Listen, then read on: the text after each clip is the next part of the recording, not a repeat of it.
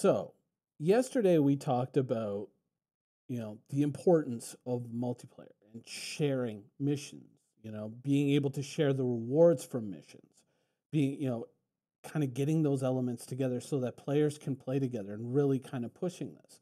And there's a lot of things that kind of go around with that. But at the same time, it's important to preserve the path that we're going for the single player side of things.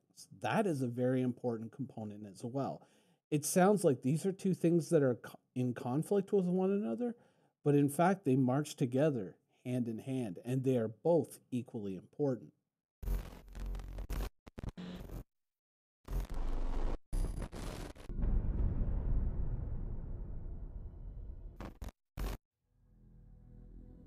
One of the big problems that a lot of us have been really worried about in Star Citizen, one of the things that has always concerned us has always been multi-crew.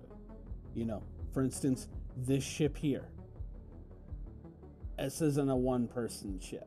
Now you might say, oh, well, you've got some NPCs that you can stick in the turrets, so maybe you can kind of fudge it and you can make that work and you can do all these high-end missions. It's possible. But I would prefer people. I prefer to work with people.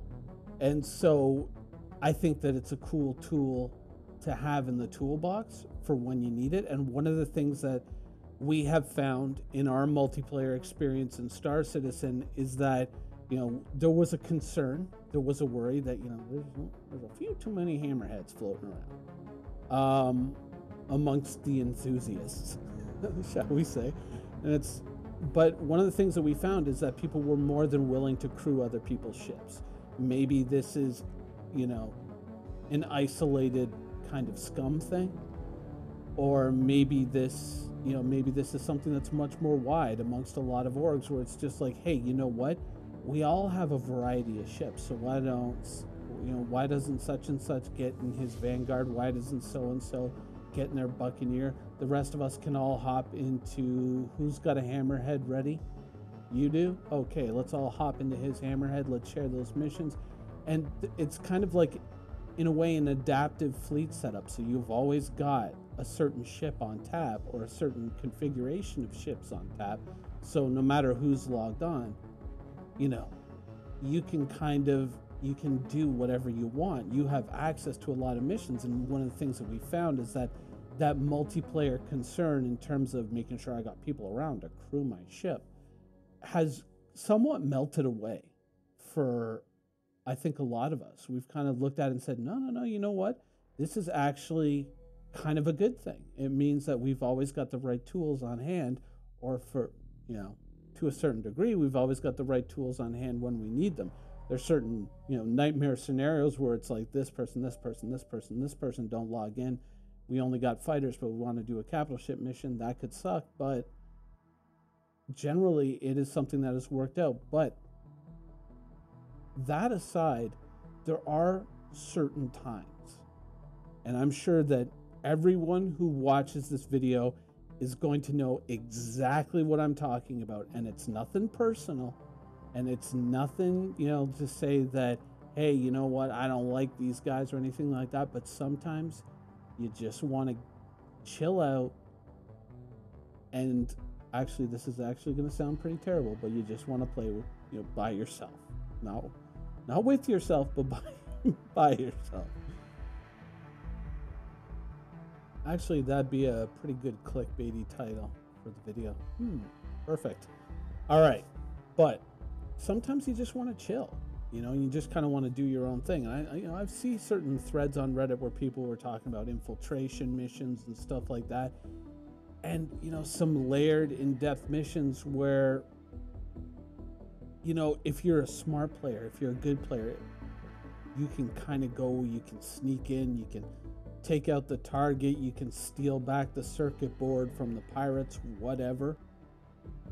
I think that if the core mission system is approached in such a way that there are multiple paths to achieve the objective, and and the reward is proportionate to the effort, whether it's team play or it's single play, I think you're going to get a much more satisfying player experience. I mean, one of the things that I truthfully I despise more than anything is the go over here, kill 15 of these, and then bring me back, XYZ. And we know who the prime offender in the MMO community is for quests like that. We know who they are, and trust me, I could a whole video going down that rabbit hole, but we're not here for that. I think that when you look at a game like Deus Ex, that was an absolutely excellent mission system because there were multiple ways to go around resolving issues in the game. There was the hacker way, the ghost way, the stealth way of doing things. There was just the run and gun and shoot 'em up way. There were different paths and different ways to resolve the issue. And I think that if you kind of design missions around the idea of from start to finish saying there's not just one way to resolve this. Let's say you get a mission from Rudo and it says, oh, holy shit, there's a javelin and it's got all this, secret pirate data from all the skimmer satellites and they're taking it to UEE headquarters and it's going to be real bad. We need to get that data, erased somehow. And of course, the obvious thing is, you got to get a pirate fleet together and you got to corner that javelin, you got to break into it and blow up the computer, whatever. That's the upfront way to do it. But at the same time, I still think that there should be a route for the single player. What if you can stealth up to, say, within 10 kilometers of it with a Saber or a Hornet Ghost or possibly the Prowler, where it gets built, and then just EVA over, hack one of the doors, sneak in, and then maybe you got to wear like a UEE uniform or just some kind of general service uniform and follow a certain path through the ship where you miss all the security checkpoints and get into the computer core. Maybe you got to go somewhere and create a false identity so you get access to the computer core, and you can resolve it that way as a single player while still having the upfront shoot 'em up of the multiplayer if that's the way you want to go. I think looking at missions and building the skeletons of the missions, or like the framework of a mission around that kind of adaptive system that adapts to player skill, group size, effort, what you put into it, and this is what you're going to get out of it, that sort of thing. I think having a mission system that's designed like that baseline is going to be a much more rewarding and a much more fulfilling experience. I realize that it's a tall order.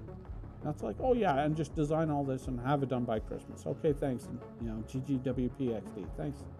No, it doesn't work that way. I get it. But I think that that's where I would love to see missions go. That would be, one of my dream come true type things in the game. It's not a must-have. It's kind of a would be nicer if dreams came true. That's where I would stick that. I would love to see something like that. But something that makes the single player experience very, very immersive and very, very cool. One of those things where when you're playing it, it's so much fun to do, even if it's more time consuming to do it as a single player.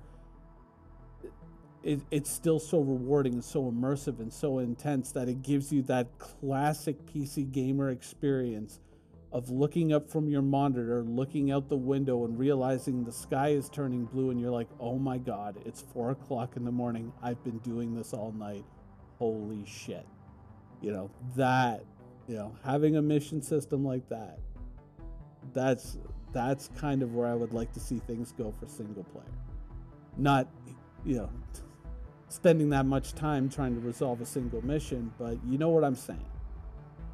A very immersive, very rewarding experience. I think if you clue in or you build in multiple paths and multiple ways to go about things, depending on varying player strengths and skill levels, I think that you would have a mission system that would very much give players that experience where they're just so immersed in the game that sometimes they forget that, oh shit, I have to go to work now in an hour.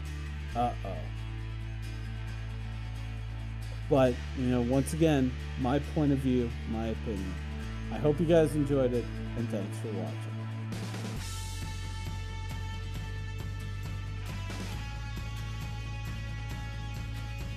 Thank you for watching. So if you want to keep up with the latest and greatest in Star Citizen and Squadron 42's development, please follow us on our social media channels. See you soon.